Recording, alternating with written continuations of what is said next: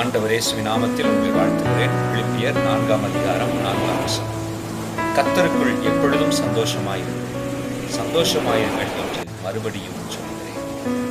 சுற்றி இருக்கக்கூடிய எல்லா சூழலும் மகிழ்ச்சியா இருப்பதற்கு ஏதுவா இருக்கும் போது உண்டாகிற சந்தோஷத்தை இந்த வசனம் பேசுகிறது.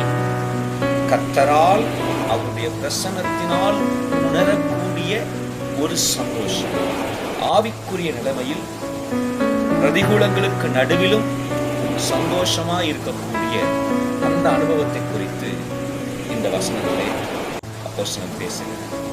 எல்லாவற்றையும் நிறைவு செய்கிற நடத்துகிற தேவன் பேரில் வைத்திருக்கிற விசுவாசத்தின் விளைவான சந்தோஷத்தை அனுபவிக்க நமக்கு கர்த்தர் உதவி செய்வார்.